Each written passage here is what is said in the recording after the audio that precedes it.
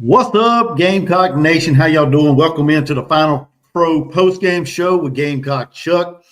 I don't know if my good buddy Jordan Dillmaker is going to make it. What's up, Gamecock Sporty in the house? What a win from the Gamecocks today.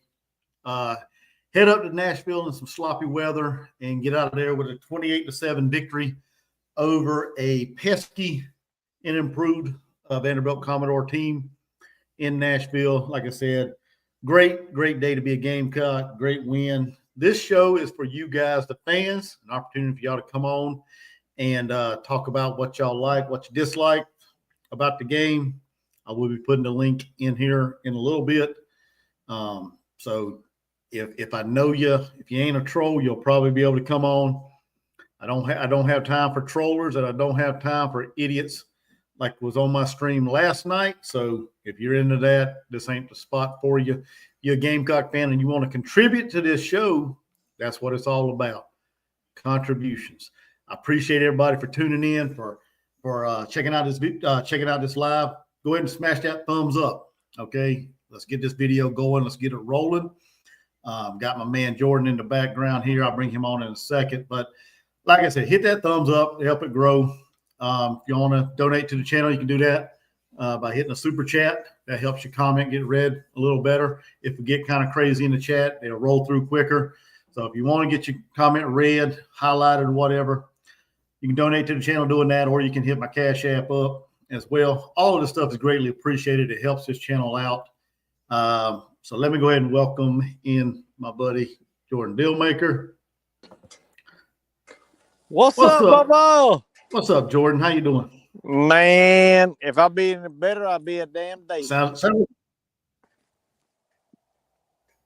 like you had a few beers. Yeah, I had more than a few. You had more than a few. Okay.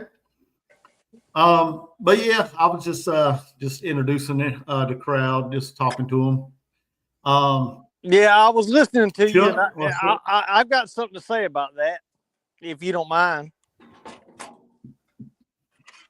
All right. Anybody that wants to troll, I will put my personal cell phone number in the chat, and you text me. Okay. You let me know when and where I can meet you, because my good friend is a great person and a Gamecock follower, just like I am. And if you got something you got to say, I will meet you face to face, and let's see what you got to say then. That's all I got to say about that. All right. Appreciate that, Jordan. Appreciate it. Chuck Burkett said, in the house, let's go, Cox. Great game. The O is clicking and the D is killing the opposing offense's best 6-3 in the country, bar none. Absolutely. I agree with that. Yes, sir. Gamecock Sporty said, what's up, Dealmaker? What's up, Sporty? But it was a good win for the Gamecocks, 28-7. Like I said, Lenoris, yeah, he put the ball on the ground a couple times. One of them was actually turned over. The other one got out of bounds. So he didn't kill the he didn't, I guess, hurt us, I guess you could say. The one turnover resulted in no points. So it really didn't come back to bite us in the rear end. His 14 of 20, 238 yards. He had 38 yards on the ground. Another great performance by Rocket at 126 yards on 15 carries, 2 touchdowns. He also led us in receiving, 52 yards on 2 catches and 1 touchdown. So we had 14 receptions for 238 yards as a receiving core. Jared Brown had 1. Nick had 3. Simon had 3. Laverdan had 3. Attaway had 1, and Jacobs had 1. So we spread the ball a little bit. Still looking for that go-to receiver, that's the receiver that can separate himself from the rest of the pack. I don't think there's really no true number one receiver. No, we don't have that. No, looking at this roster, looking at this team, nobody's really set themselves apart from anybody and just like, okay, I'm the go-to guy. I'm going to get the ball. Nobody's done that. No, we don't have that on our roster, and that's our biggest downfall. But our biggest plus is we can run the damn ball. Yeah. But there's no breakout receiver. I mean, I would say probably the tight ends. It would be our biggest receiver threat. Yeah. But at the end of the day, I'm so happy for my team. Man, I am. I'm so happy. I told you what I tell you the score was going to be. You remember? Because I remember. I don't remember nothing, man. I remember I said 31 to 14-17 is what I said last night. I don't remember. I don't hardly remember anything, Jordan. So, my mind's yeah. I knew it was going to be a breakaway.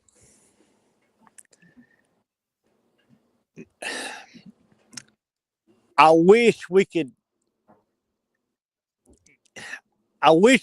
get.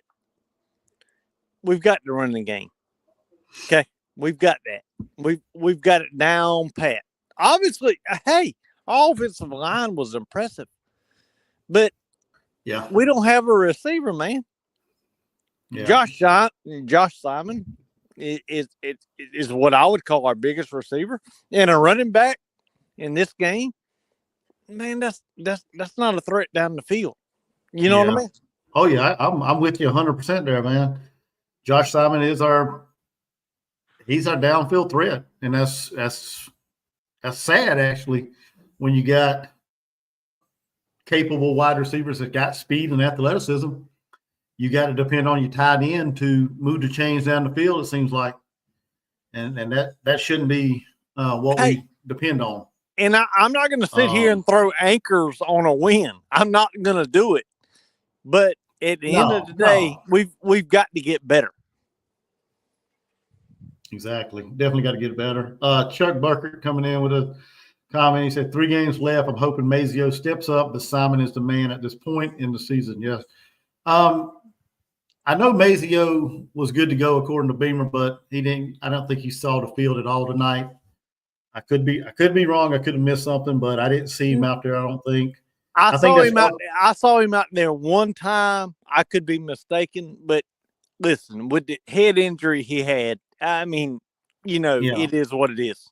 And that's what I was going to say. I was going to say with the injury he had last week, it would probably be beneficial to him not to get out there and play, because we really don't, as fans, I don't have no inside knowledge, but you may, but we really don't know the severity of that injury and where it was really at, because I don't believe Beamer made public what kind of injury it was. So it was probably beneficial to him to keep him on the sidelines or back in Columbia or wherever he was at. No. He had a concussion. Yeah, I know. But I mean, that was pretty damn obvious. Anybody saw the game and saw the play. So he had a concussion. And you know what? If the kid, I thought I saw him. I could be wrong. I thought I saw him on the sideline, and I thought I saw him come in on the special team play. I could be wrong. Yeah, I don't know. I have to go back and look. I don't recall him being out there, but I may have missed something. David Green said, hope this defense doesn't play soft against Mizzou. Missouri's losing right now 9-3 to Oklahoma, I think halftime. So I'm not talking shit, but I'm not really worried about them either. No. I'm really not. There again, I'm going to reiterate, this was a great win. This is a win I expected us to have. Yep. But now, don't get me wrong, Vanderbilt's a good team. They are a good team. But they've never seen a defense, and I said this in our preview, like this. Okay? Yeah, I think this was something totally different than Pavia's seen so far this season. Yeah, I mean, it was disruptive. I mean, they blew him up. They blew him up, and you and I talked about it, and you even said, I think your comparison was the closest they seemed to us is Texas. Is that not what you said? Yeah, Texas is the defense. And I'm like, well, they haven't seen this kind of defense. And I mean, we agreed, and that's exactly what happened. Yeah. Yeah, we got win number 16 over Vanderbilt, so that streak stays alive this year. Hope Pavia is okay. Not sure exactly what happened to him as far as his injury, but hopefully he's okay and nothing too serious. Scott said that he looked like he had his foot planted when he got hit, but I wasn't paying too much attention to his feet, so I'd have to go back and watch it to see if that was the case. But hope the young man's okay. The young man. I do too. And I was listening to the call. I wasn't watching. After halftime, I was listening to the call. And Todd Ellis and Rob DeBoer, obviously. I hope the young man's okay. I really do. I didn't see it, so I can't elaborate on it. But I don't want to see any of these young men get hurt. You know what I mean? No, definitely. I hope he's okay. He's a gritty competitor, a tough competitor, and like I said, I wish him the best. Hopefully he's healthy, or hopefully he heals up and gets back right for Vanderbilt. Because they're a different beast when he's out there, just not tonight against our defense. What's up, Les Pauls and CBRs? He says, should be worried about Mizzou. They are peer rival, peer meaning equal, and they've had our number for a while now. We don't play Mizzou well. We don't play Eli Drinkwitz well. He's had our number. We don't play anybody well. I mean, let's just be honest. We don't play anybody well. I mean, well is he's had our number. WELL means well. We don't play anybody well, but right now we have a defense that's the best in the country. So I'm not talking shit, but I'm just saying I think they need to worry about us before we worry about them. You know? Yeah, what's up, Brock Lee? How you doing? Hope Harris, welcome in. She said, love the commentaries. Thank you. Thank you. Excuse me. Thank you for checking us out, hanging out with us. Excuse me. What was I going to say? Hell, I'm the one been drinking. Not you. No, I have not been drinking. I do not drink. So I have been I just got done eating some white fudge Oreos, chocolate covered Oreos. And right before I come on here, that's what took me a few minutes to get going. I had to finish eating that, but yeah. But what was we talking about? I done lost track. Lord, and there again, I'm the one been drinking, not you. Yeah. No, you actually talking about shit, I don't know. we just a bunch of I don't knows here. But overall we got the win, got bowl eligible. And I don't give a damn about that. Yeah, I know. I'm not big on the bowl eligible thing. I think we deserve better than just bowl eligible. I think we're a team that has a lot in front of us right now. 9 wins possible with the way we're playing. There's not a team we can't beat on the rest of our schedule. Yeah. David Green said, I think Pavia has a bruised ass because Thomas busted it. What Daddy did, sir. Daddy did. Yes, he did. Yes, he did. Chuck Burkus said, Les Paul, have another drink. We're gonna pound Missouri this year, beat them by 10 points guaranteed. Hey, I agree with you, sir. I agree with you. I kind of feel that way. That's what we was talking about, Missouri. Eli's had our number, man. We haven't beaten him we have never beaten Eli Drinkwitz's team, even when he was at App State. So I think this is the year to get the monkey off the back there, so to say, and get that streak ended. And before the season started, I said this was the year that, Beamer would win one of these games that he shouldn't win. That was before the season. I said that this was a game he would win that he shouldn't or have no business winning, because I figured Missouri would be better than what they are. But they've proven to be not as good of a team as advertised. Well, I mean, you and I, you remember, you and I both agreed that we thought Missouri was going to be a top 10 team all year long. Yeah. Yeah, that's what I'm saying. And like I said, before the season started, I had us win that one like in an upset. But now it's not looking like an upset. These two teams are pretty even, I guess you could say, as far as the record. I think they got a slight edge on receivers, but we'll deal in that later this week. But I think they got a couple edges on us. But outside of that, I wouldn't say this would be an upset next weekend. And Chucky, you might disagree with what I'm about to tell you. And I hope everybody listens, and they might disagree too. And you know me, I don't care whether you disagree with what I got to say, but I don't see us to be an underdog for the rest of the year. I mean, I don't. I mean, who are we an underdog against? I told you we're a sleeper team. We are a sleeper team, and I wouldn't have told you that at the beginning of the year. I wouldn't have told you that 3 weeks ago. No, but we are a sleeper team. We have a defense that's probably in the top 5 in the country, and we have an offense that's starting to gel. So, you know, why would we be an underdog? Yeah, I would think probably the only game would be an underdog would be Clemson just because it's on the road.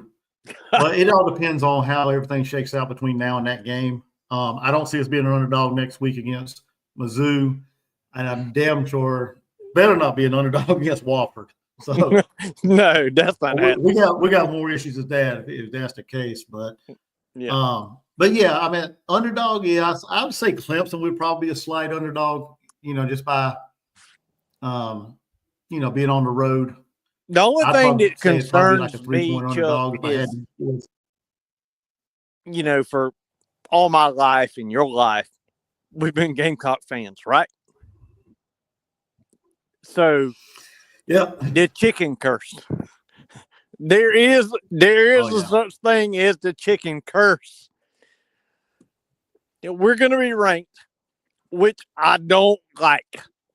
I don't want us to be ranked. I swear to God, I don't. Did you see Beamer's comments? He said don't rank us. He said please don't rank us. We play better when we disrespected. And I agree with him. Yeah, exactly. I don't want to be ranked. Yeah. I don't want to be ranked this right now. I think it puts that edge, that chip on their shoulder, and I think they play better like that, feeling like they've been disrespected. Yeah. I mean, I don't want to be ranked because, we've had the history of a big blow. Let's just take away years in the past under the Beamer era. Let's take away all of that. Okay. Our signature win should have been LSU. Okay. We're not going to go into that of why we didn't win that game. Yeah, it was our fault. Did the officials play a part of it? Yeah. But you know what? It was our fault. It was our fault. Yeah. So take that away. Then Alabama. Okay. Well, there again, it was our fault. So then we beat A&M. We got blown slam out by Ole Miss. So A&M, they won. They won the game. Yeah. There's no excuses. So we beat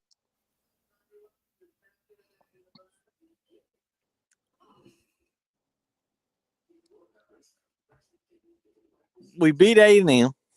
Mm-hmm.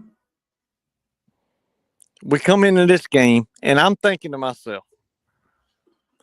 this is where we're going to lay the egg, right? We're going to lay the traditional Gamecock curse egg. This is where we're going to do it. We didn't do it. Nope. So this, to me, is the beginning of a great team.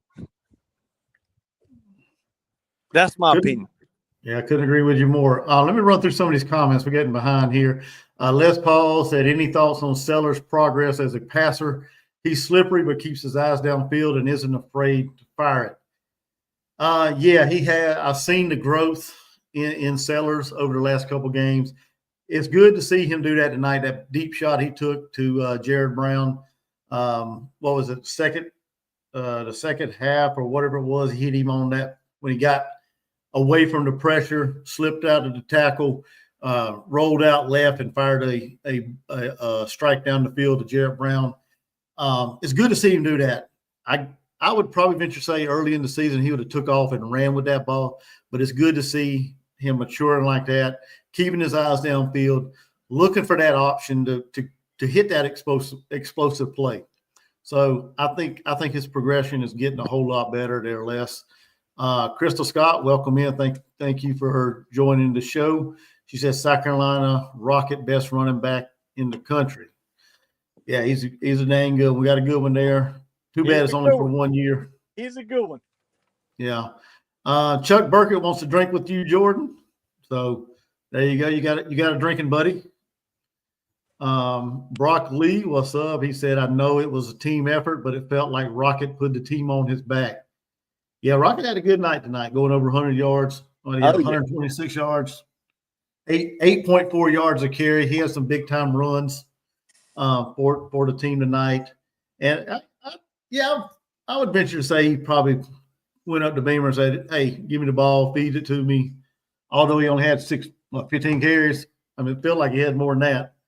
But, yeah, I think he kind of, put the team on his back and wasn't going to be denied tonight, in this game. Bird to Fly, welcome in, brother. How you doing? He said, what's the status of Mizzou quarterback? I see they don't have their starter. Yeah, Brady Cook's out in this game, I think. I think they're going with Drew Pine, which not really good quarterback, honestly. No, no. That's all I know. I don't know what kind of status he is, if he's day to day, week to week, or what. There, Bird to Fly. I guess we'll see this upcoming week when they release the injury report for that game. So we'll know more then. David Green said, when's the last conversation we've had about South Carolina spreading it around to receivers? It's been a while. And that's because the wide receivers are not being able to get open. So that's that. And there's a lot of reason behind that, but go ahead. Oh, I was going to say Rocket is no doubt the MVP the last two games. Yeah. But what was you going to say? Go ahead. No. I mean, David Green asked a good question. Why can't we spread the field? Well, in my opinion, and opinions are like assholes, everybody's got one. Okay. So, in my opinion, we can't spread the field. Number one, they don't know how to get open, and we have a redshirt freshman quarterback, which doesn't understand how to throw them open neither. Yeah. You know what I'm saying? Yeah, but he's growing. He's getting better with each game. He's getting better, but I'm no sunshine pumper. I'm not going to sit here and say, damn, we got the best quarterback in the league. No, I'm not saying that, but I will tell you this. We have the most talented redshirt quarterback in the league. I'll say that. Oh, yeah. Les Paul said Mizzou was never going to be a real top team. That was smoke and mirrors. Will be a dog against Clemson. He agrees with me there. It's on the road. They have talent advantage, even if they suck. I don't give a shit. I'll put let me tell y'all something. I'll tell you this right now on my best good buddies live right now. I'll put $100 against anybody. We'll beat Clemson by at least 3 points. At least 3 points. I'll put money on it right now. Well, if we have any takers, I'll let you know. Bird to Fly, I think Clemson still has to play a good Pitt team. Not sure. I'm not sure if they play Pitt or not. I think they do. I have to look up their schedule. I'm not 100% sure on that. David Green agrees. He said, please don't rank us. Les Paul said actual good teams play well. Even when ranked, 2012 Gamecocks were number 6 when they obliterated number 5 Georgia. Need that mindset back. Exactly. What's up, Scott? Welcome in. He says, seems like every time we get ranked, we come out and play terrible. Yeah, that's one reason why I don't want to see us. Agreed.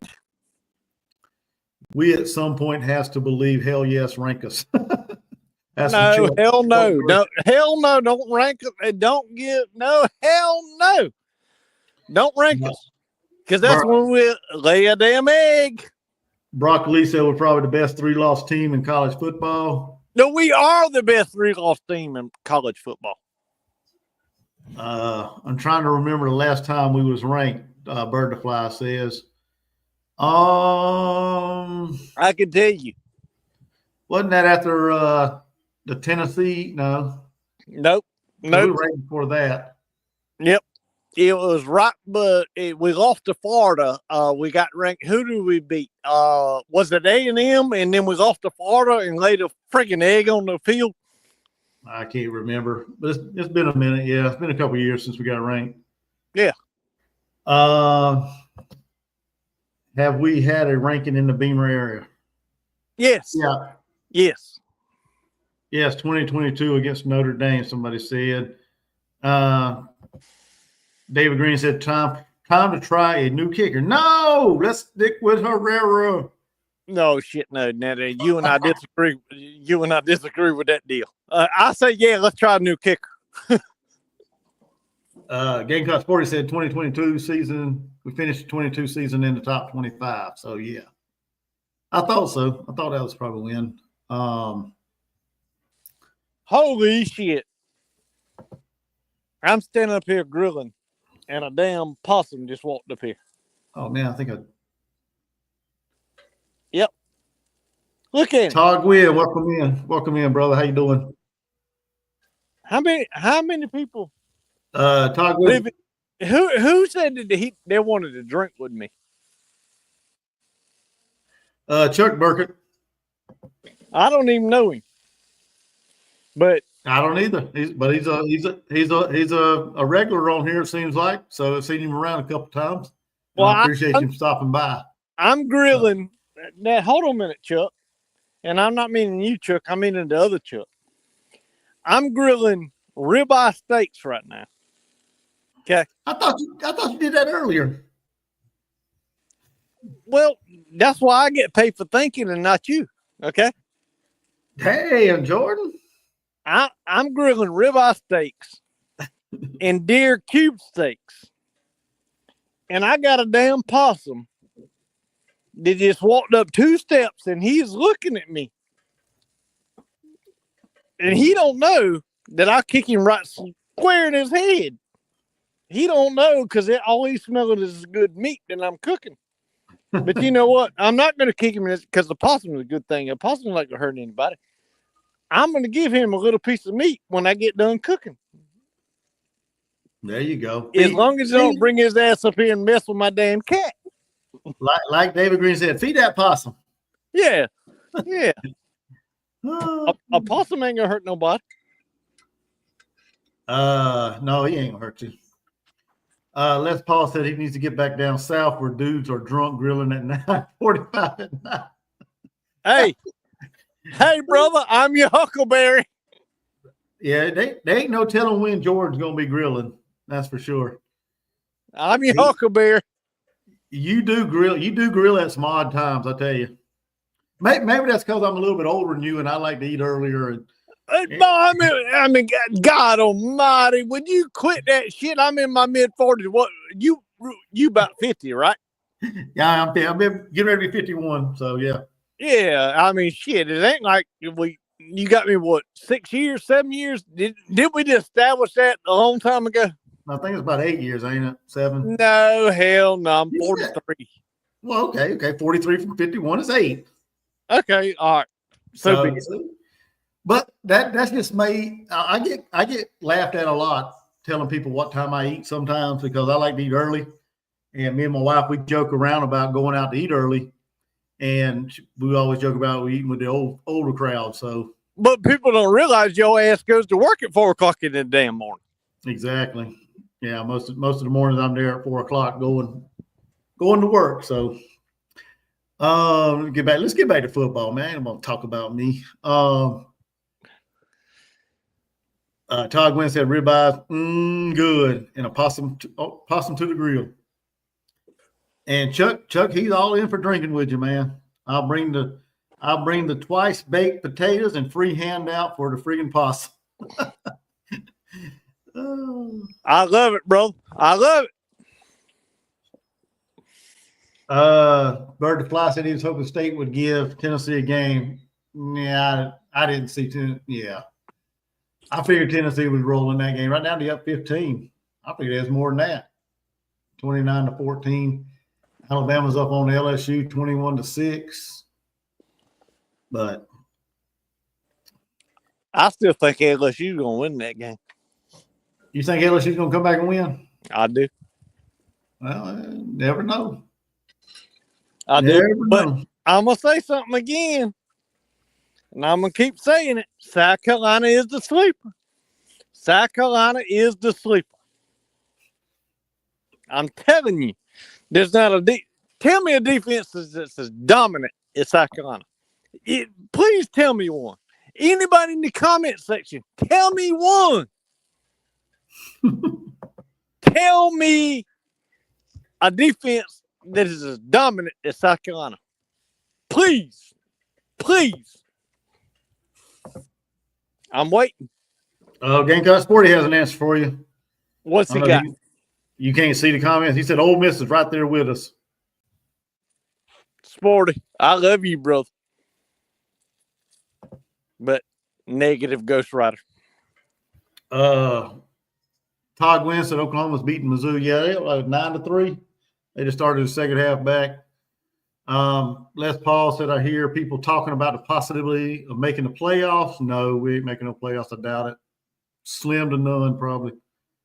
Speaking of Sporty, we think we could actually compete with a top seed team? If we need it, we'd be number 12. So we'd play the number 3 team on the road. So no, I don't think we're a playoff team. I think hell no, but not a playoff. If we went out, I think we outside looking in, honestly. So for sure, welcome in Gamecocks. Hey, what's up, guys? How y'all doing? What's up, Sporty? How you doing tonight? Doing well. Just watching some more college football and watching y'all's show. Yeah, I was saying that Ole Miss, they lead the SEC in sacks, and then they've had some pretty good defensive performances too. But like, I like our defense all around more than theirs. I mean, I'm more of an analytical guy. Like X's and O's and stuff like that. I try and study what each team does. Like, we run a lot of man. Ole Miss runs a lot more zone, so it's kind of hard to compare. But like, honestly, I like our secondary more than theirs. But like, our pass rush and their pass rush are about even. Well, Sporty, first of all, don't worry about football. How you been doing, bub? Oh, I've been doing great, man. I haven't talked to y'all in a while. I've just been busy with a lot of things, so I dropped the YouTube thing. And honestly, like, I enjoyed doing it. I didn't make money off of doing it, but like, I really did enjoy talking South Carolina sports and college football. But how have you been doing? Hell, if I'd be any better, I'd be a daisy. But I'm gonna say something. I don't disagree with the statistics that you just said. But as you can tell by my fat tongue, I got a buzz tonight. And I ain't hurting because my Gamecocks just won again. And I will say this, and you know I'm a critic. I'm Shane Beamer's biggest critic. Okay? But I'm gonna tell you something. There ain't a damn defense in the country that's as strong as we got. Okay? There's not. You can argue with me. I don't give a damn. You can argue with me. I'll argue right back. There's not a defense in the country as strong as the defense the South Carolina Gamecocks got right now. Now, I'm being honest. Okay. Bird the Fly, he agrees with you. He said he wouldn't trade our defense for anyone in America. So you got somebody on board with you.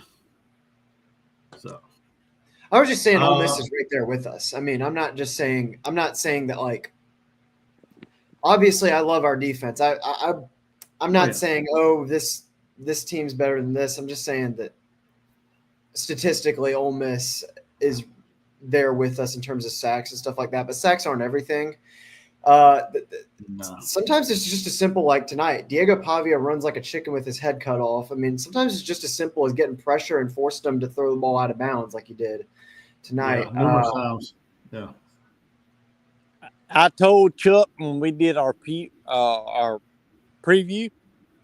I told him, I said, we need to get pressure on him. And we got pressure on him because he's never seen that kind of pressure.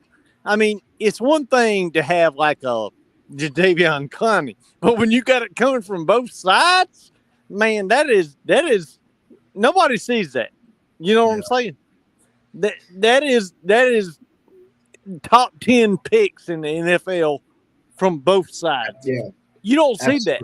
Yeah, you don't see that on any defensive line. I mean, usually it's just that one guy on the edge. Like even though like back all those years when we had Clowney, I think didn't we have what's his name is like the inside guy, the tackle. I forgot his name. His name's escaping me, but we didn't have like another dominant end.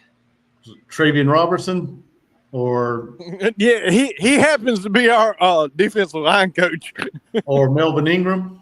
Melvin Ingram, yeah. So like Melvin Ingram was decent, but like he was an interior guy. But like we've never had like two just absolute dominant defensive ends / edge rushers that we do now. I mean, yeah, and Devin Taylor was also there. So. Yep, and then before them you had the twins, Jasper and Casper, but they were coming from a different era, a different area. Yeah. But you just don't see what we can show. I mean, hell, it's on tape. I mean, it's not like we're hiding it. We're coming.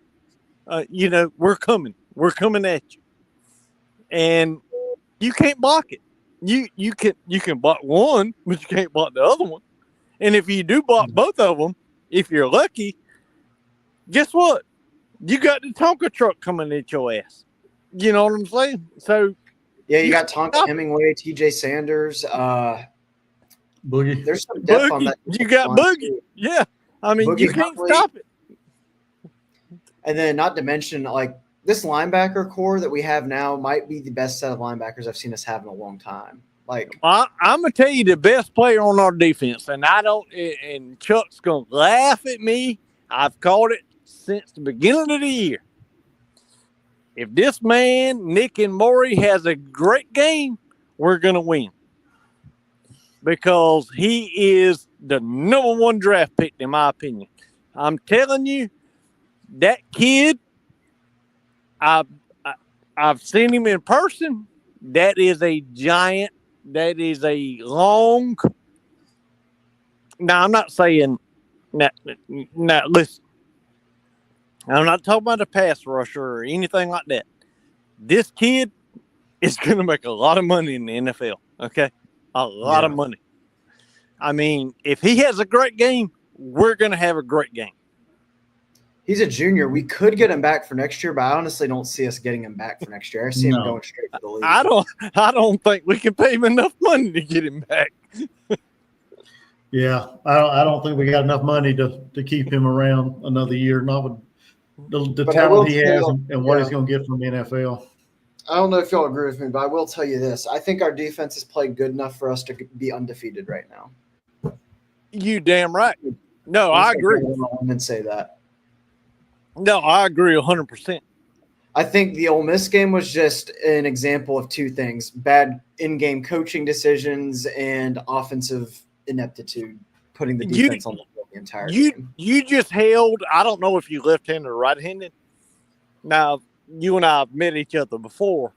Yeah. And I don't know if you left-handed or right-handed, but I'm right-handed. So if you held a nail, a 16-pin nail with your left hand, you just drove it with your right hand. Okay? Seriously. That's the truest statement I've ever heard in my life. What are we talking about? Building birdhouses? What? Talking about No, we're not talking about Chuck. Come on. I'm just messing with you. No, David Green, we're not going to talk about Pavia's mom. You have to go I to a thought that was different his site. girlfriend. I'm not trying to come out here and make out of pocket statements, but I actually thought that was his girlfriend. I'm not trying to. I thought they said on camera it was his mom, but If they hadn't said it was his mom, I would have thought it was his girlfriend. Okay. I'm lost. What the hell are y'all talking about? they interviewed Pavia's. They interviewed Diego Pavia's mom on the sideline. Yeah, and everybody's like she's hot and all this and that, and David Green wants to meet her. I guess I don't know. He wants to. He wants her OnlyFans account or something. I don't know. Oh, but that's holy shit! Fire in the morning. We're talking about football, and now we're talking about hot women. I mean, shit! Fire in the morning. That's what happened on the game, man. When you left, so. But no, you have to find that website you see up there, David Green. I have no idea about that. I mean, shit. I'm not. Look, hey, y'all think about this. Look at Gamecock Chuck. He ain't no pretty cat, but look at his wife. She's pretty. What the hell that come from? Well, I'm just saying. I mean, y'all want to throw that shit out there? Look at Gamecock Chuck's wife. I mean, she's a pretty girl. Right. I mean, hell, look at me. I'm ugly as hell. Look at my wife. She's pretty as hell too. Oh man, let's get back to football here for a little bit. Somebody said something. I missed a comment here. Let me talk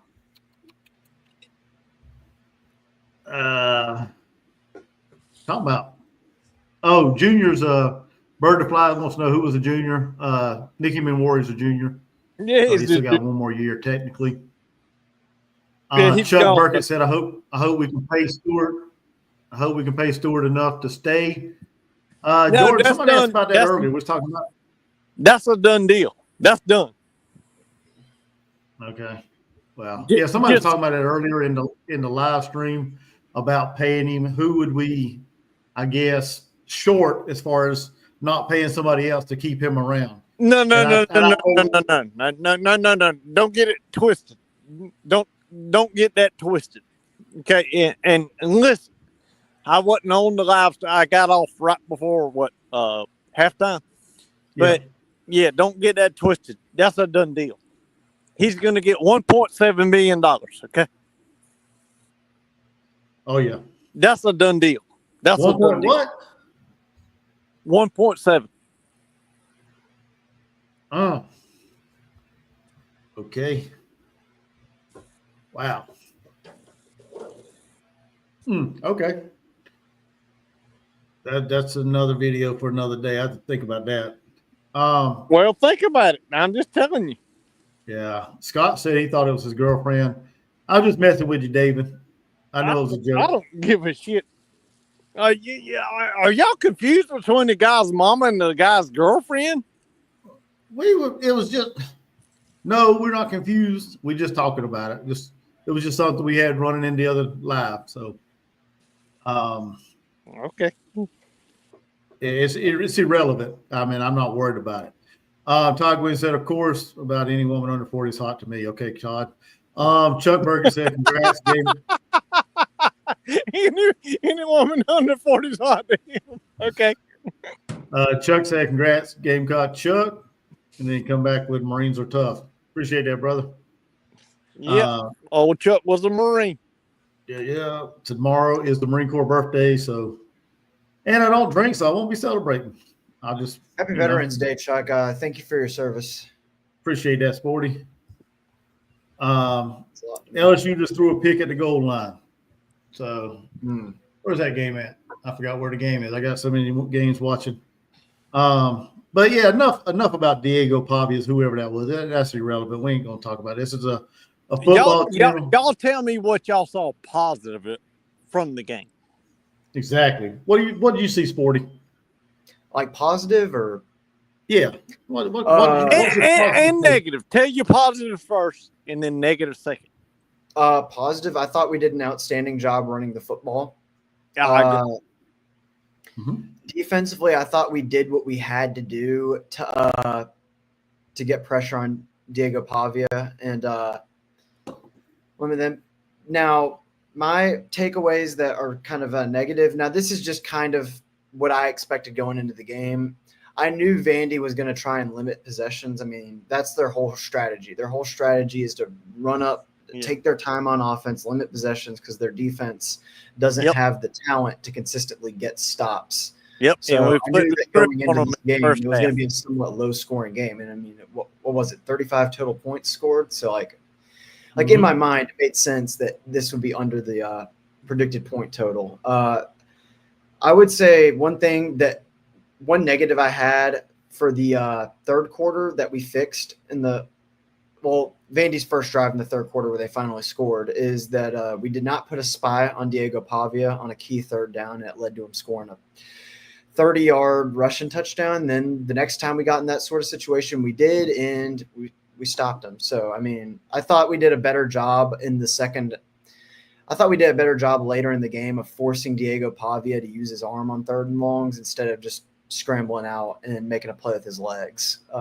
He's definitely much more of a threat with his legs than his arm. But offensively, my negative is still I mean, I still want to see us have like a go-to receiver. Now, I know that Josh Simon's been probably our most reliable target this year. I mean, he's not a wide receiver. I mean, he's our tight end. But, like, I'd still like to see us have a reliable wideout that we can turn to because there might be situations where you have to use – now, I'm not talking about doing something silly like using Simon to single-handedly block a defensive end on his own. But, like, say you have a certain situation where you need a tight end to stay back and help a tackle, double-team somebody or something like that, or pick up a linebacker or something like that and blocking. I think that's a situation where you might need the tight end. Now, in that situation, we probably use Brady Hunt. He's our blocking tight end, where Josh Simon's our receiving tight end. But I'd like to see us. I'd like to see us have a wide receiver that is a go-to number one. Now, preseason, I was thinking Jared Brown would be the guy for us, but like if I had to pick a guy right now that's like our number one wide receiver, like all season long, like that's actually a wide receiver. I mean, I don't know if he played tonight or he was off, but like Mazio Bennett's been pretty okay for a true freshman. I mean, well. Can I interrupt you for a second? Yeah, go ahead. Everything you just said, I give an A+ to. Honestly. I mean, brother, you couldn't have said it any better. I mean, you just wrote the book on any negative that we have with this team. Seriously. Thank you. I appreciate it. That is the negative. Offensively. So, brother, that's the reason why we're friends, right? We see it the same way. We see it the same way. And I'm not saying that we see everything the same way, but that was perfect. That was perfect. Yeah. Somebody made a good point. Hold on a second. Let me find it. Bird to Fly gave a good positive. We had 0 sacks in 2 weeks in a row.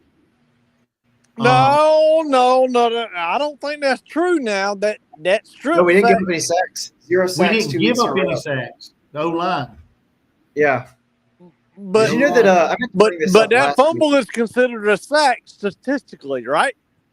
He statistically on the ESPN website, there's no sacks. No. He was out of the pocket. He was out of the pocket. It was a design quarterback run. It was one of those like, you know, those QB counter plays we like to run a lot. Yeah. I think it was the first touchdown we scored against Texas A&M where we pull the guard and the tackle out to the. So that was not.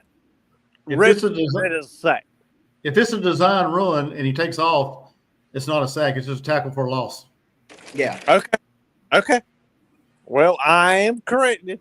I'm sorry. We had a few of those against Pavia. So we actually had 2 sacks against We Pavia, have two sacks.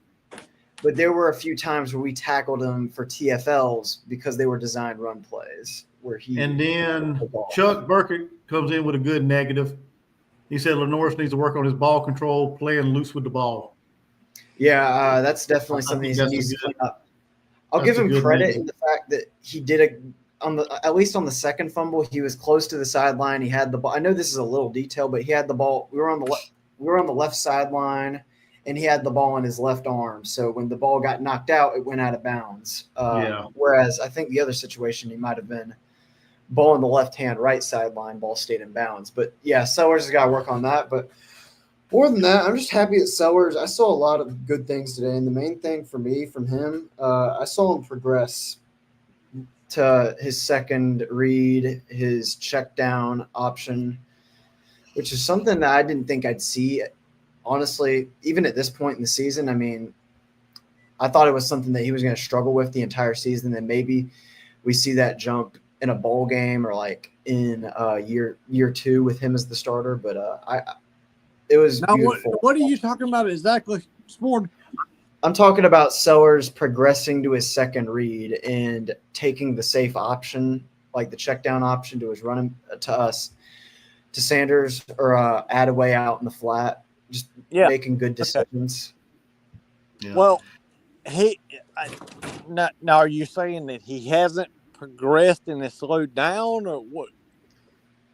I'm saying that like earlier in the year, he wasn't able to, like, even when he had time. I think that the offensive line, there's been games where the offensive line has not done a good job and he's had no time in the pocket, but not all of the sacks have been on him. Yes. Like there's been times where he's held onto the ball for a while and he's not been as smooth at picking up his progressions. Yeah. Absolutely. Yeah.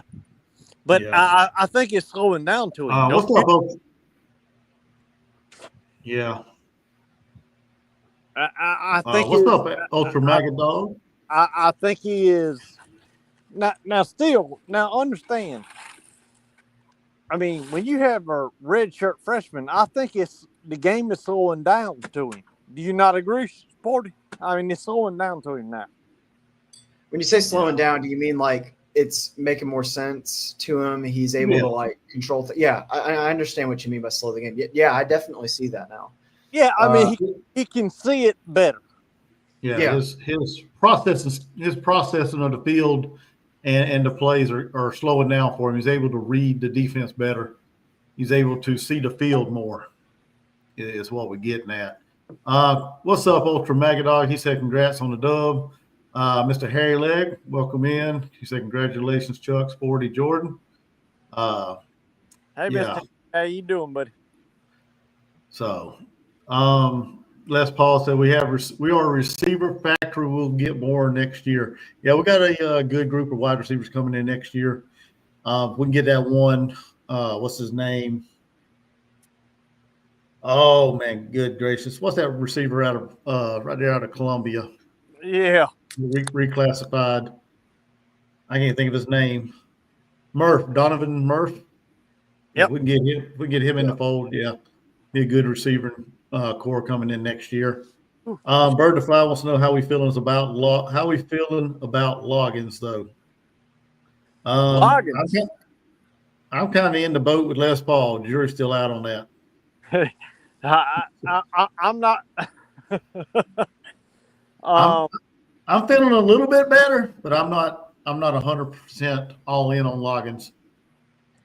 Yeah, I'm not the type of guy to jump ship and be like, "Oh, Loggins is so like." I'm not the type of guy to jump ship and be sold on a guy after like 1 or 2 like decent games. Like let me give you an example. Like I didn't jump ship and say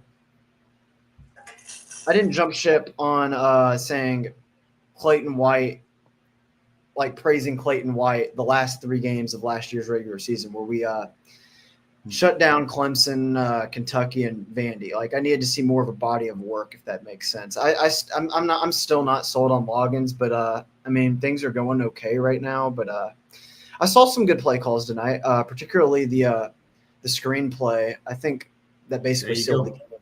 Like that's one of my favorite plays. Like whenever I'm playing college football 25 or like playing the NCAA games, like that first and long or third and long situation, calling that halfback screen. That was a good play call. That sealed the game. Yeah, that was refreshing to see. We finally hit that. We finally hit it. So it was good to see that play. Can I give my opinion?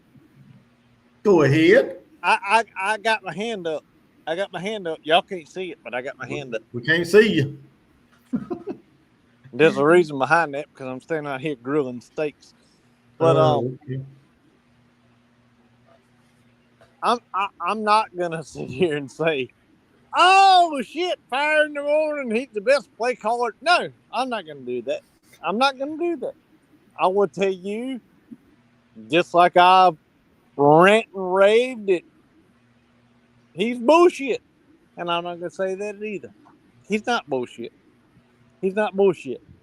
But what I think has happened is a transformation, a growth in offense. And I'm not meaning just quarterback. I'm not meaning just tailback. I mean overall. So I'm going to give the benefit of the doubt and say, hey, let's give it time. Let's give it time. Yeah. And maybe Shane Beamer, a great guy, got it right. Maybe he got it right. It takes time. Okay? That's all I'm going to say. That's it. Maybe he got it right.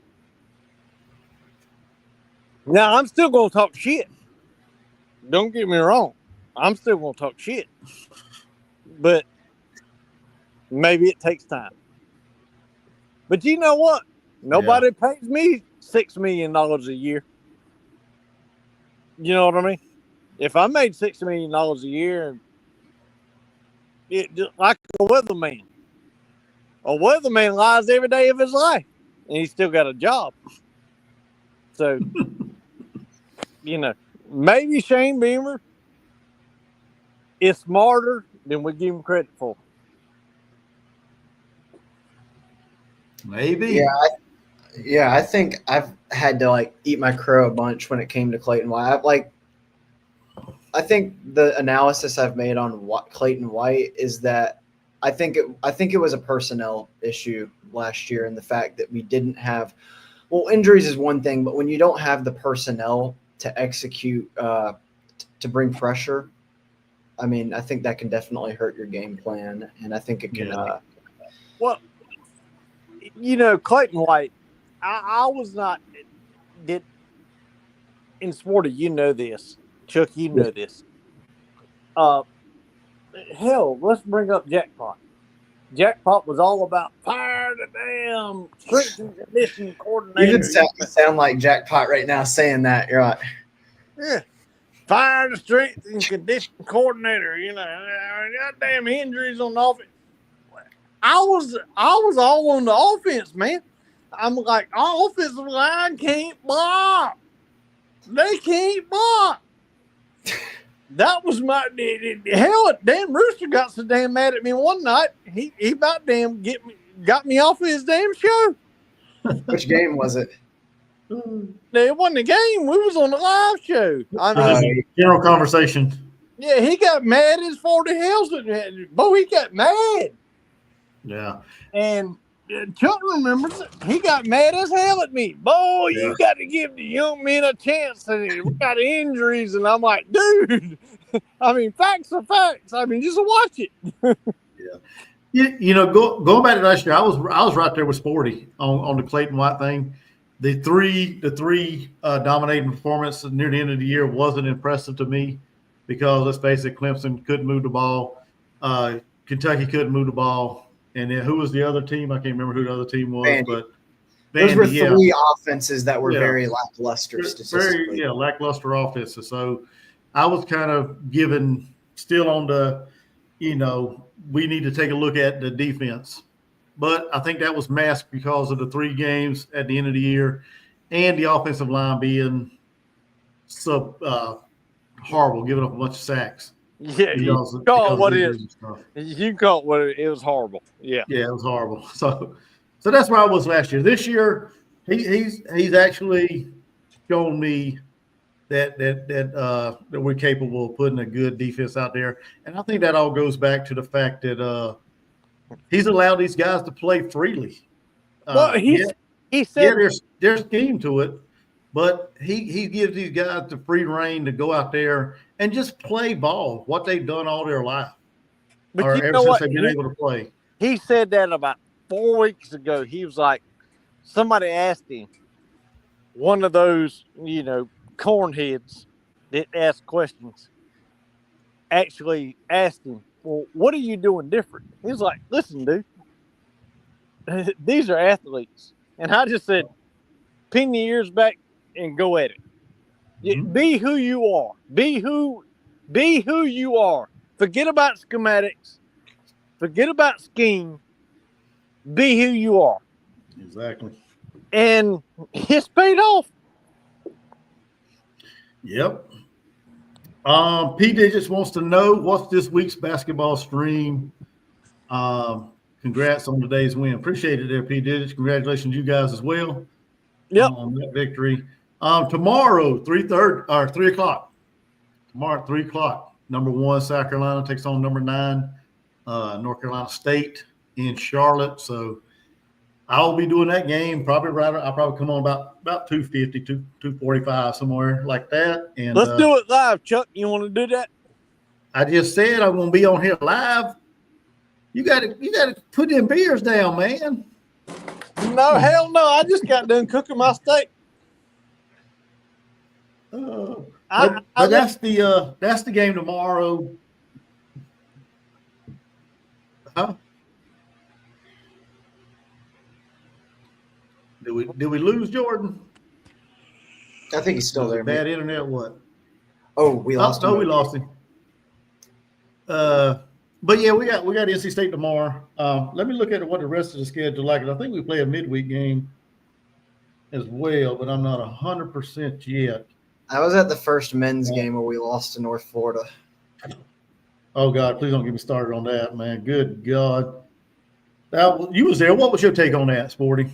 I mean, I'm going to be the first to tell you that I'm not some like expert on the X's and O's of basketball.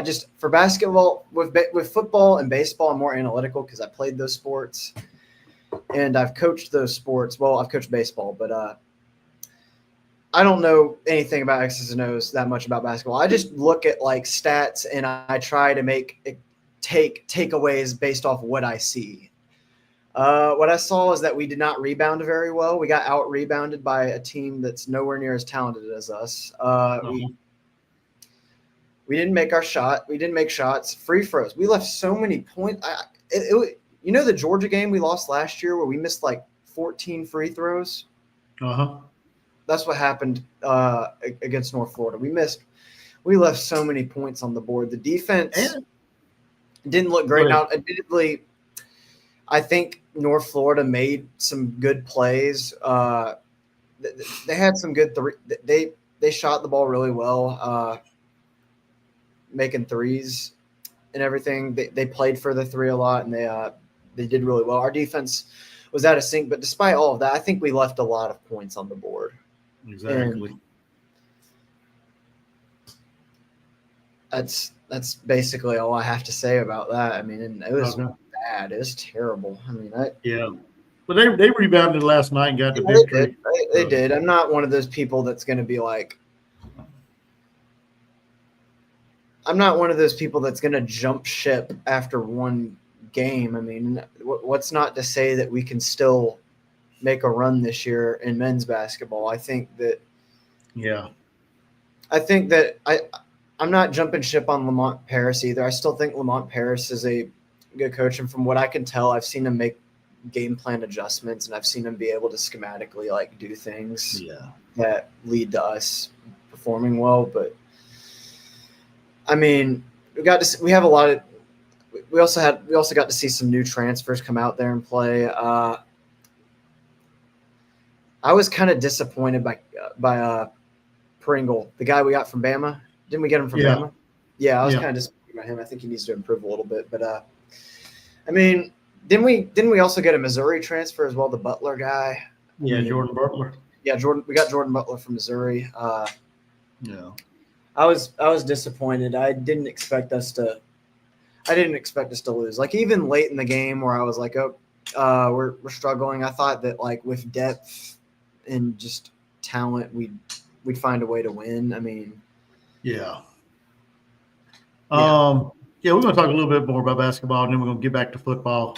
David Green made a good point. He said Ashland is back, probably playing. Yeah, I don't know about that. It all depends. He said interview with Dawn was bullshit. Yeah, that one reporter, man, he was on and on about asking a stupid question about Watkins.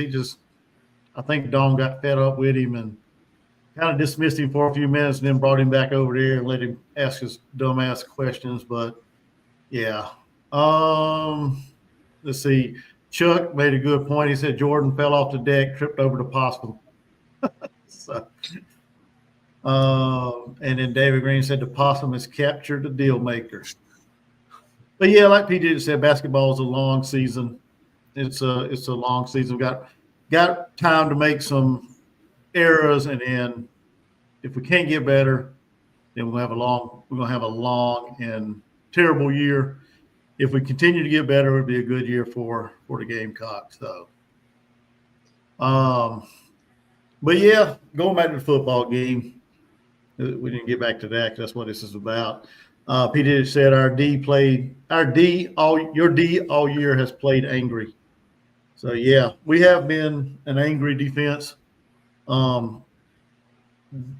guess they heard all the chatter in the offseason about it, about the defense. You know how we were last year, minus the last 3 games.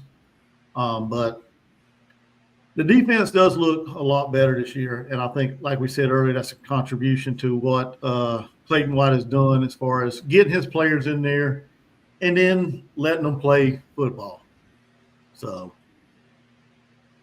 yeah, I'm just worried that say the Clemson game or the Missouri game. I know Missouri is looking like garbage right now, but like, what if we get to a game? Well, it's already happened if you think about it. What if we get to a game where the defense like doesn't play perfect and our offense isn't able to overcome it? yeah, I mean that's very, very possible. I mean, it's technically already happened with. I mean, I don't really fault the defense. I mean, the scoreboard doesn't tell you everything, obviously, but like if you go back to the Ole Miss game, for example, like Ole Miss scored 2 touchdowns off of turnovers that were in our territory. Like we did the fake punt on our own 25-yard line or whatever. They scored a touchdown off of that, and then the one play where we put Robbie Ashford in to run one read option play just in the middle of a series, and then we fumbled on our own 40. They scored. We were basically down 14-0 in the first quarter before like I mean, you and I both know that Williams-Brice Stadium's packed. Like I could be going to take a bathroom break, and I could come back and we're down 14-0. Like, oh yeah. Yeah, exactly. And like you said, the Ole Miss game, that was one of our probably close to being one of our worst performers on D. But yeah, you got to look at the fact that the offense was ineffective. I mean, they was not doing anything. They were not sustaining drive. They wasn't moving the ball. And after you be out on the field for so long, man, I mean, the defense can only play, as good as the energy they have, in their body. If they're out there sucking wind, they're not going to be able to stop anybody. You got to be fresh. Your offense has got to stay out on the field long enough to give them a breather, to give them an opportunity to, catch your breath and come back out fresh for the next series. And doing that, you need to get down the field and score. You got to give them a reason. You got to give them a reason to come out there and be hungry and compliment what you just done on offense. So. Yeah, and I think another good example of just like offensive ineptitude and the defense being on the field for an entire game, like the second half of LSU, the defense was on the field for like the entire second half. I mean, it didn't look good. I mean, we gave up points, obviously, but like sometimes offensive ineptitude can like hurt your defense. And I think it's a great point to emphasize. I know Carolina's not making the playoffs or anything, but like hypothetically, if we did, or like for any team that makes the playoffs, I feel like you have to be good on both sides of the ball in order to like succeed. I know it might sound obvious or whatever, but like, for example, like I don't think Tennessee's going to do that well in the playoffs if they make it. And the reason I say that is because I'm not impressed with their offense. And I think that if their defense were not to play to the level that you'd expect them to, their offense wouldn't be able to overcome that. Yeah. All right, Chuck Burkett, appreciate you, man. He said he's had one too many bourbons, love the show, but headed to bed. Catch y'all next time. All right, appreciate it, brother. Have a good night. Yeah, see you on the next one. But yeah, I mean, defensively, I love our team. If we can get the offense to just continue to complement it, we'll finish the season strong. We got a good schedule ahead of us, a favorable schedule ahead of us that we can make some noise. Not playoff worthy, of course. We all know that. The two stumbles against LSU and Alabama killed that. I mean, heck, if we could have just won one of them games, if we could have just won one of them games and finished out the season 10-2, yeah, we could possibly talk playoffs. But we're not playing the what if games. We are where we are as far as the record, and we have to deal with that. If we can finish out strong, we're gonna have a good bowl game to go to.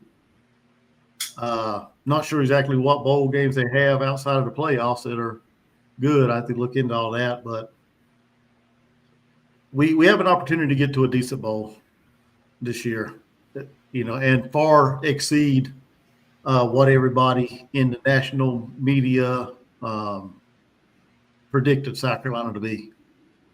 So I'd like to see us play coming into the Colorado. season. That would be an interesting matchup. That'd be a real interesting matchup right there. Yeah, I don't know who I'd love to see us play, but that'd be an interesting draw in a bowl game. I think that was our latest bowl projection. Oh, really? The last one I saw was Texas Tech, but that was like last week or so. So, but yeah, Colorado would be a good, interesting bowl to go, to play, a good team to play. I think that would give our defense an opportunity to see how good they are against a real good mobile quarterback and a guy that can throw the ball as well with Shador. So, yeah, I think that'd be a good test for us for the secondary too. Yeah, exactly. Anybody else want to come on here? We got a little bit of time. I don't know what time I'm going to shut this down. Don't let me hold you up if I'm holding you up. No, man. I'm not doing anything. I'm watching the end of this Missouri game, just checking it out. It's pretty damn boring. 10-9. So Mizzou finally took the lead. Yeah, Missouri took the lead. Looks like in the red zone too, so second and goal. PD said y'all were robbed with LSU. Yeah, we can sit here and talk about that. I mean, the play call or the officiating was questionable at best. But I think I put the blame more of that on the offense, man. We just went stupid in the second half. 4 pass attempts in the entire second half. We went stupid in the second half, honestly. It's like we didn't make the adjustments to win the game. It's like we made adjustments to hold on. We didn't make anything to try to win the football game. So I put that more on the offense than the defense, or than the rest, really. The end of the first half of that game, when we had an opportunity to get a field goal, like that is some of the worst play calling / coaching I've seen it to end a half. Yeah. Season. Like we hit Jared Brown Like I think we got like to the 30 or inside the 30. We could have positioned ourselves to take a field goal opportunity. Now, granted, would it have been guaranteed that Herrera makes the field goal? No, but that's still 3 points that could have been. I mean, if we're going to play if this could have happened, that should have happened type deal with that game. But honestly, the main reason I dwell on that game is the LSU fans on the internet saying, "Ha, you lost," and the whole Matt Moscano. I don't know if you know the ESPN LSU guy, Matt Moscano, who came on Twitter and said and pointed and laughed at all the South Carolina fans. Like, I think Jackpot he tagged it in one of his videos in the description where he came out and said,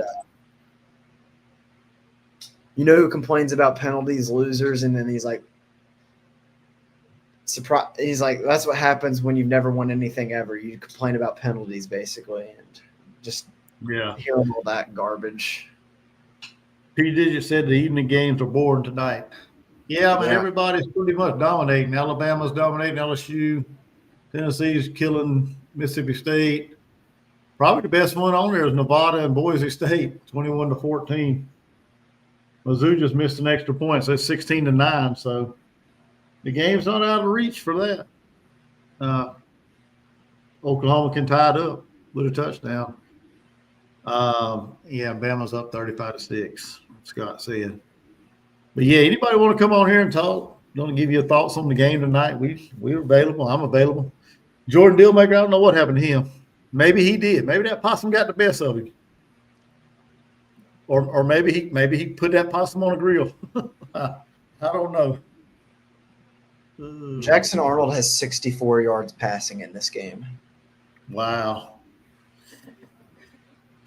Yeah, that's not good. That's not a good stat. Oklahoma, they're not what everybody. Well, let's just say they're not what Oklahoma fans thought they were going to be coming into the SEC. Let's put it that way. Yeah, I feel like I've almost got to apologize for my. Well, this is about Missouri. I feel like I have to almost apologize for my prediction I made about Missouri in the offseason. I said they'd go 10-2. Now, granted, the 2 games that I picked them to lose, they've already lost. But I think Missouri's got some losses coming. Like, I just feel like I feel like I hyped them up a little bit more than I probably should have. Yeah. Just on paper. Yeah, I think everybody did. I think everybody was bought into it that they were going to be a playoff team this year because they added some supposedly good transfers, like Jackpot said, through the transfer portal with I think it was Jackpot that said that. I'm not sure. They added him 2 transfer running backs from Appalachian State and somewhere else. I can't remember where the other guy come from. But everybody thought they were going to be the next what was that kid last year that killed us in that game? There was a running back they had last year that killed us in the Missouri game. I can't remember what his name was. Cody Schrader. Schrader, yeah. Everybody thought they were going to be the next Cody Schrader coming from a lower level conference to the SEC. But that doesn't look like that's panned out for him. So I think Missouri's taken several steps back and probably not going to finish as good as they had hoped. I'm not sure exactly what their schedule is still left. They're 6-2, and looks like they're probably going to win this game tonight because Oklahoma can't move the ball to save their life. What's happened with the quarterback play in this conference? What's that? I'm looking at all these. I'm looking at the quarterback play in the SEC, and I feel like it's kind of just, I mean, yeah. I'm trying to get a read on the quarterbacks, man, because I don't. You got Nussmeier and Milroe. Dart is playing good. I would say Dart's the best. That's just my opinion, but yeah, I would give Dart the edge as far as being the best quarterback. Beck sucks. I really don't know what to say about him. My dad's a Georgia fan, so he was calling me earlier today saying that Carson Beck's he looks scared. timid, just Yeah. all. And then, of course, the Oklahoma quarterback, he's trash. Missouri, Brady Cook's out, so the Yeah. backup doesn't look. Now, I don't know. I guess we'll have to sit and wait, but there's a possibility Brady Cook will be healthy to play against us. But I don't know if that changes how well our defense will do. Or I'm going to be honest. I haven't sat down and watched that much of Drew Pine. I've just looked at his numbers and seen that he's not very good. No, he come from Notre Dame. Him in Arizona State. Yeah, he couldn't produce out there. So, I don't think he's that good of a quarterback. I wonder if Missouri's holding. I wonder if they felt confident enough going into tonight's game that Drew Vine could win this game for him, and they holding out Brady Cook to get him healthy for next week. I wonder if that's the thought process in Eli Drinkowitz's mind. Drew Pine is 11 of 21 for 72 yards and 2 touchdowns, no interceptions. So he's not. He's not really. Go ahead. He's not really playing great statistically, but he hasn't really made any mistakes to hurt Missouri necessarily. I mean, well, with them numbers, I hope he plays next week. No, Oklahoma's got a good pass rush, but it's child play compared to ours. I think our pass rush will eat either one of them alive. It doesn't matter who they play. They could play Brady Cook or Drew Pine. I just don't know if Drew Pine's capable of moving around like Brady Cook can. Yeah. PJ is worried about Jordan Dillmaker. He said, is Dillmaker making himself safe on Facebook? He and I aren't friends. I don't know. I text him and he hasn't responded, so I don't know what's going on there. But he did read the text, so I guess he's alive. Maybe him and that possum is tussling on the back porch. David Green said Dillmaker done put on George Jones and playing possum. Yeah. But dang, getting wrapped up in the game. But yeah, it's a good game. Good win for the Gamecocks tonight. 6-3.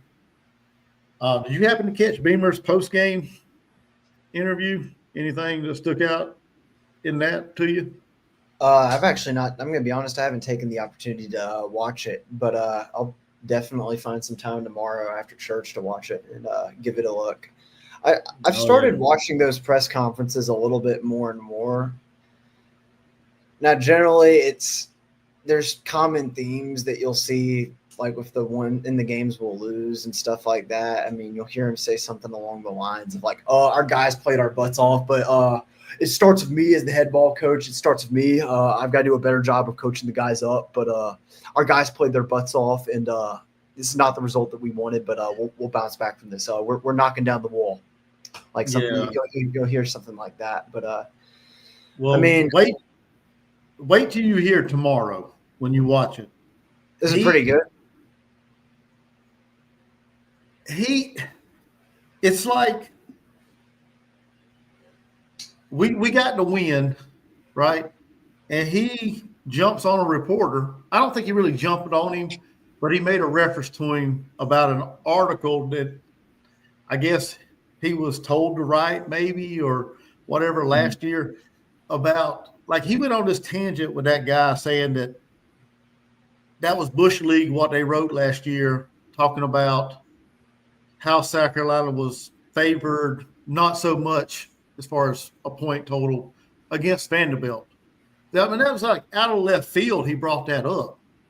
I mean, I don't think he was attacking the reporter or the guy, but I think he was maybe attacking the publication he works for, if that makes sense. But it's like odd, man. It's like odd that he would break from the positive press conference and say something like that. I don't know. I will tell you this. Yeah, I will tell you that stuck out to me the most. Yeah.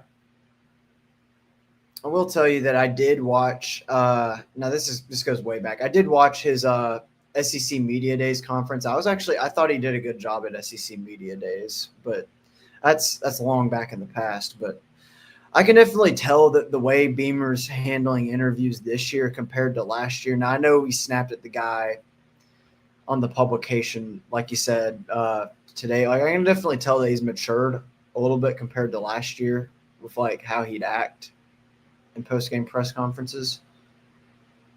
Correct me if I'm wrong, but yeah. I think it's overall a good positive press conference. Outside of that like I said, it was kind of odd when I heard it. I was like, I had to rewind it to make sure I was hearing right. He was referencing back to last year, and it didn't make no sense. I didn't get it. I didn't get his reference and why he would go back to something that's already in the past when he always preaches about moving forward and celebrating a win and letting it go.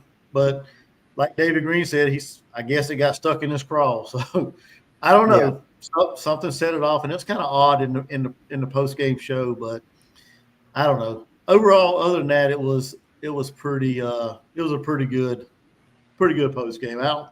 Outside of that, I don't think he said anything that kind of make you go like, "Wow, what is he talking about?"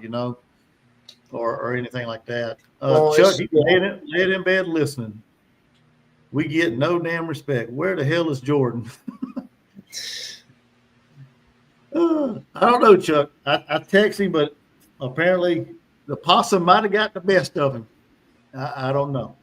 I'd rather hear anything from Beamer than last year with the chain crew, the hot dogs, the hot dogs, gang. The fine joy, the chain gang, I don't like this press conference room, or I'm trying to think of what else he said that was. Oh, there's all kind of things. Kicking the cooler. Yeah, kicking the cooler. So, but overall, it wasn't a bad post game press conference. So I haven't got a chance to listen to any of the players talk, so I don't know exactly what they said. I think Lenora spoke, but I don't know if anybody else did. So I'll have to go back and check that out and see. But we did get the win and on to Missouri. What's your initial thoughts on the matchup between Missouri and South Carolina? Just the initial. I think that we'll start defensively versus their defense. From what I've noticed, they still like to bring a lot of pressure. I think they're pretty aggressive when it comes to bringing pressure down. Now, Blake Baker's not their defensive coordinator anymore. He's at LSU, but they're still very aggressive on defense when it comes to running a lot of blitzes and stuff like that. I think Sellers has gotten to the point if he can handle A&M's pass rush, I think and be able to evade that, and extend plays, I think he can do the same against Missouri's pass rush. I think we're at the point in the season where Lenoris should be I'm confident in saying that he can extend plays and make plays and be able to make good decisions despite the pass rush coming at him. My concern is just ball control still. I mean, we saw that tonight. I still think that's something he needs to work on. I think if we're able to run the ball and just establish our offense as normal with just running the ball like we have today, I think we'll be fine there. Offensively, I know Missouri likes to run a lot of pistol. They like to run the ball a lot. They use a lot of motion to set up their pass plays and stuff like that. And they want to set up the play action play. I mean, the bread and butter play from Drinkwitz has always been that halfback stretch play. They like to run that a bunch. I think if we stop Missouri's run game and force them to get into third down situations, I think they're going to struggle with that pass rush of ours. Oh yeah, I think that honestly goes for most teams will play. If we just get them to a semi third and long, they're going to struggle. Yeah, it gives our defense a chance to pin their ears back, come after them, and I think that's the key. Get them in long third down distance. But good initial breakdown. overall, I agree with everything you said. I mean, getting pressure on them, getting pressure on the quarterback, keeping him in the pocket, not turning the ball over, all that good stuff. I agree with all that. I mean, I'm not scared of Missouri Me neither. in this matchup. They haven't done anything to really, strike fear into me, as they just gave up a game tie-in touchdown with 3 minutes to go in the game.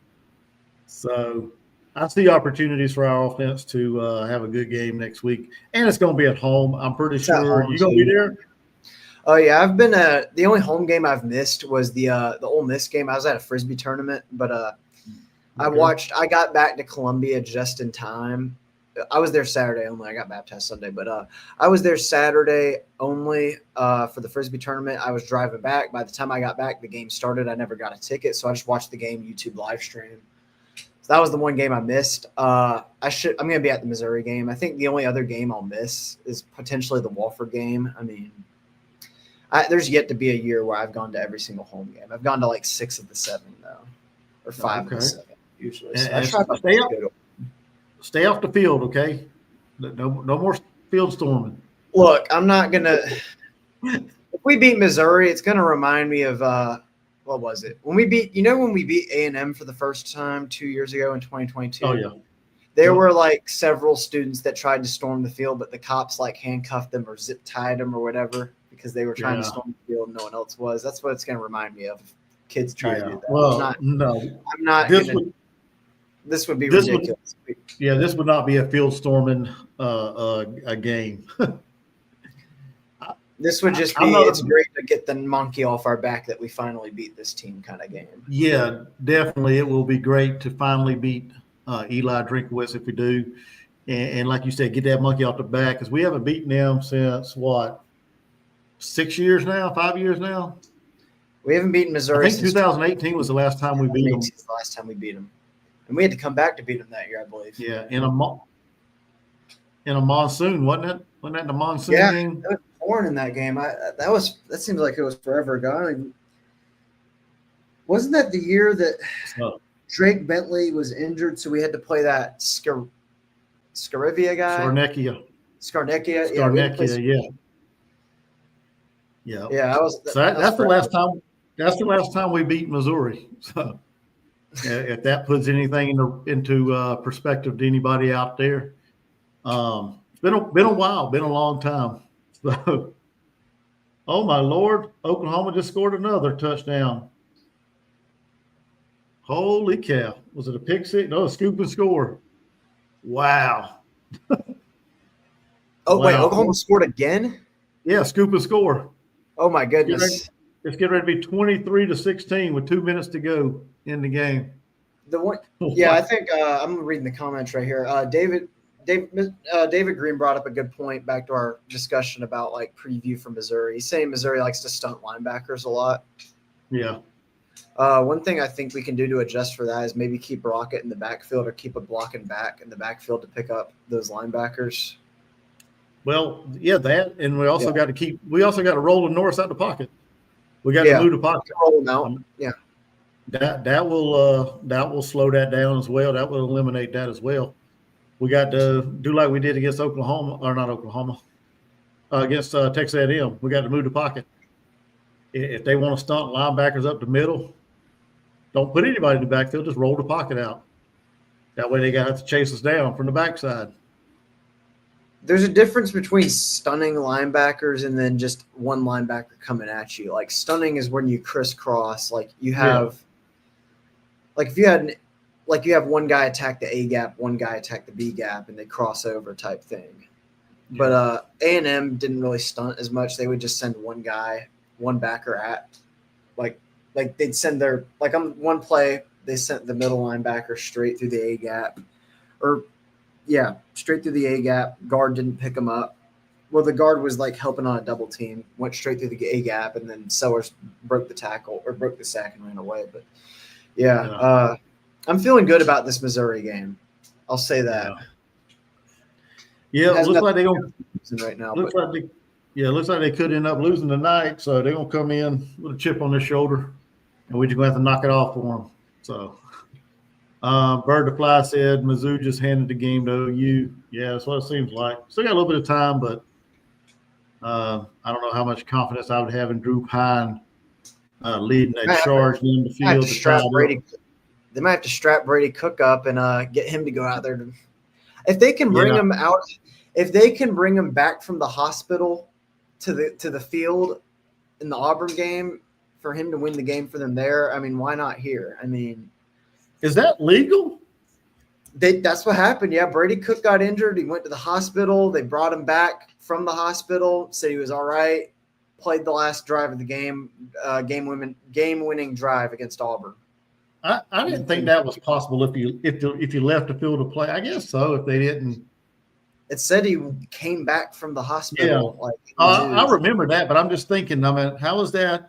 That doesn't seem legal though. It doesn't seem like something should be that should be legal. If you're having to get taken, if you're having to get medical treatment at a hospital, you shouldn't be allowed to come back. That I don't know. That's kind of weird, but.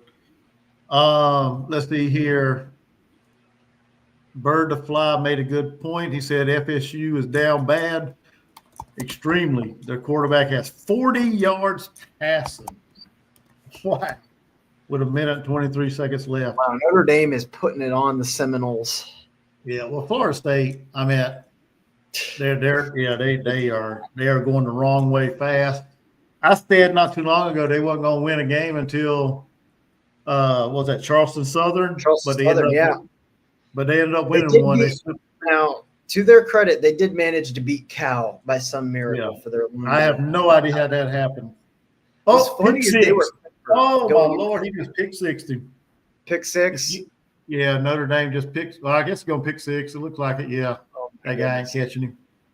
Lord have mercy. Wow. They put a 50 spot on him. Lord have mercy. Yeah, Bird the Fly said that's the biggest fall off in recent college football history. Yep, go from undefeated season to winning one game so far through 9. Well, 1 through 10 games, 1 win through 10 games. So they should be winless. They got lucky to beat Cal. Exactly. That's what I'm saying. Yeah. What's funny is they were 0-3 and they were favored going into that game. And Cal was 3-0 going into that game. So that's crazy. That's crazy. I don't know how they managed to win that, but yeah, that was my take on them. My first win for them would have been in a couple of weeks or next weekend, I think. But they surprised me and got a win. So, but that's probably about all they're gonna get is 2 wins this season. Yeah, the funniest thing that can happen this year would be Florida State beating Florida after Scott Strickland decided to hold on to Billy Napier. Yeah, that would be pure comedy. Yeah, I'm surprised he went out there and just said they were going to keep Billy Napier. That was sent a letter out to the fans and everything. Yeah, that's just that to me. That's like a slap in the face if all the fans were. Mm-hmm. Some of the fans were on board with getting rid of him. I'm not sure if every one of them was, but to me, that's like a slap in the face. Hey, we're going to keep this guy whether y'all like it or not.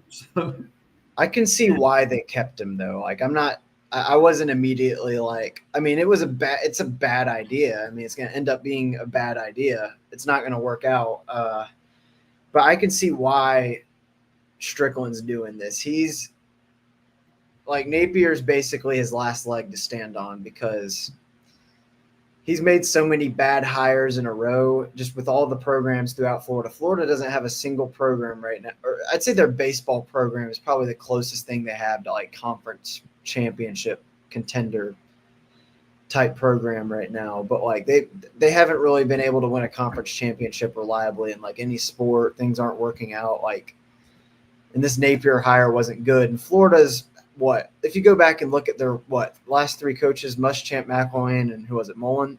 Like they've gone 3 or 4 years and then on to the next one. They don't want to do that again. I think. Yeah, could possibly be another reason. I can't imagine the buyout being that bad. I'd have to look it up. Yeah, that's what I was just going to say. I don't know what his buyout is, but I think Florida's got the money, but I don't know if that'd be a smart move to buy him out and move on. Yeah. I agree with you. I think they're going to keep him. I think they should keep him around, but I'd have to look up the buyout on that. I'm not too sure. I did think it was kind of weird when he put that out there, though. I mean, I thought like, wow. Yeah. And especially at this time of the year, during the season, I think that probably should have been something they should have waited to say it towards the end of the year, because now you can't really take that back. It's like, what if you go winless? What if you go win? Exactly. You already lost to Texas today. Yeah. Your last 4 games are Ole Miss, LSU, Florida State, Miami? and do they have one more? No, they have Did 3 they play games Miami left. already? Yeah, they played Miami already. Miami played them week 1, beat them. They've got 3 games left. They've got LSU, they've got Ole Miss, and then they've got who was it? Oh, Florida State. Yeah. What if they lose all 3 of those? I think they beat Florida State, but like, what if you go 4-8, miss a bowl game? I mean, Now, yeah. we can argue to the cows come home how like bowl games are irrelevant, but like you've got a young team, you've got a young quarterback. Now, I don't know the situation on Lagway's injury. I don't know if he's going to be back. He didn't play today. I don't know if he's going to be back in time for a later game in the season. I'd have to check on that, but like a guy like that needs more experience. I've seen good things from him, but like the more experience you can get for a young team, the better. But like, I think 5-7 is the best case scenario for this Florida team at this rate in the season. Oh yeah. The only game I see them winning is Florida State. Yeah. I don't think they're going to beat LSU or Ole Miss. Now, Ole Miss might be a game because it's in the swamp. Yeah. Outside of that, I don't see them beating either one of them 2 teams. I've seen Florida get trounced like bad early in the year in the swamp. The A&M game and the Miami game stand out to me. I mean, granted, those are 2 good teams, but like the swamp's a hard place to play. I haven't seen Florida lose that bad in the swamp in such a long time. No. Yeah. Yep. So, anything else you got there, 40? Anything else you got for us tonight? It looks like Missouri's trying to score here. Got a minute and a half to go in the game. So. Looks like that's about it, other than the fact that I guess the last thing I was going to say about the Billy Napier situation is, like, as a Carolina fan, I can't really laugh because we're 0-2 against them. Yeah. It's kind of like remember when everyone was pointing and laughing at Jimbo Fisher for going 8-4 a bunch with A&M with all that talent? And this was like before we beat them for the first time. Like I couldn't bring myself to laugh at them until we finally beat them that one time in the 2022 season when they were terrible. But yeah, other than that, I won't want to hold this up. That's all I have. I've given my preview on the Missouri game. So yeah. Thanks for having me. Oh, no problem, man. Anytime you want to come on, that'll be fine. Just come on, hang out with us. I appreciate your insight and your commentary and what you brought to the show tonight. I think that's going to do it for this for tonight's show. Getting kind of late, already 11 o'clock, man. I didn't expect to go this long on here, but I appreciate you coming and hanging out with me. I appreciate all the fans that has checked out the show. Make sure everybody gives that thumbs up, please. Hit the thumbs up. It is very, very appreciated. What's up, JD Wyatt? How you doing? I found his channel not too long ago. You need to go check it out. He's a Gamecock YouTuber as well. Southern Fried Sports, I think it is. I hope I said that right. I found his channel, was it last night? Just scrolling through YouTube, and it popped up on my recommendation. So I went and checked his channel out. He's got a good show there.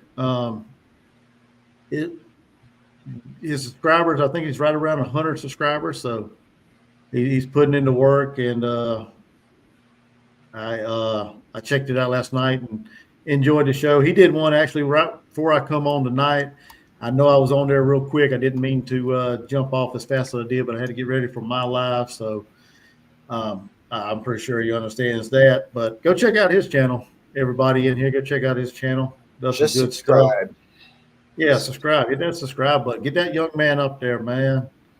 Get that young man up there to a good total. They're in the red zone. But he said, blessed, not stressed. Be blessed, not stressed. Appreciate it, man.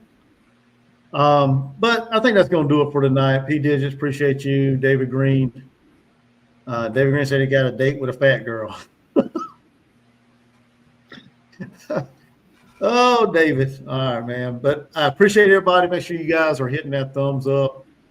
Subscribe to this channel. If you're new, checking it out for the first time, hit the subscribe button. Let's grow this thing. Let's get it where I want it to be. So we can have some good times on here, man. That's what it's all about. Cheering on the Gamecocks, having fun, and just hanging out, talking football, talking ball. So I think that's going to do it for tonight. I'll be back tomorrow for the women's football, not the women's football, the women's basketball game as number 1 South Carolina hosts or takes on number 9 NC State at the Spectrum Center in Charlotte. 3 o'clock tip off. I'll be back here probably around 2:50, 2:45, somewhere like that. Probably depends on what's going on. If I'm not napping, hopefully I don't take a nap after church and sleep through it. But I'll be back on here tomorrow doing a live fan reaction, watch along of the game. So y'all come out and hang out with me if you want to. Come hang out and let's talk some ball. I love my Gamecocks women's basketball team as well as the men. This ain't just a football channel. It's all Gamecocks. So come hang out with me tomorrow. Sporty, I appreciate you, brother. I appreciate you. Thank you so much for having me here. Oh, no problem, man. No problem. I hope you're doing well. Keep up the good work in school.